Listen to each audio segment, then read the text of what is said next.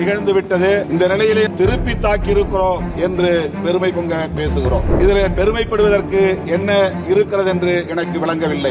இங்கே மதவாத அடிப்படையில் முஸ்லிம் வெறுப்பையும் கிறிஸ்தவ வெறுப்பையும் நாளுக்கு நாள் அதிகரிக்க செய்கிறோம். மதவாத அரசியலும் நம்முடைய தேசத்தின் பாதுகாப்புக்கு மிகப்பெரிய அச்சுறுத்தலாக இருக்கிறது. இந்த வெறுப்பு அரசியலை அரசு கைவிட வேண்டும். माननीय सदस्य श्री थोल तिरुमावल 1G பஹல்காமில் நடந்த பயங்கரவாத தாக்குதலில் அப்பாவி பொதுமக்கள் 26 பேர் படுகொலை செய்யப்பட்டனர்.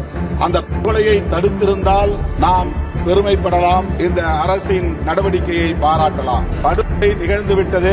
26 அப்பாவிகள் உயிரிழந்திருக்கிறார்கள். இந்த நிலையிலே நாங்கள் துல்லியமாக தாக்குதல் நடத்தியிருக்கிறோம், திருப்பி தாக்கியிருக்கிறோம் என்று பெருமை பொங்க பேசுகிறோம். இதில் பெருமைப்படுவதற்கு என்ன இருக்கிறது என்று எனக்கு விளங்கவில்லை.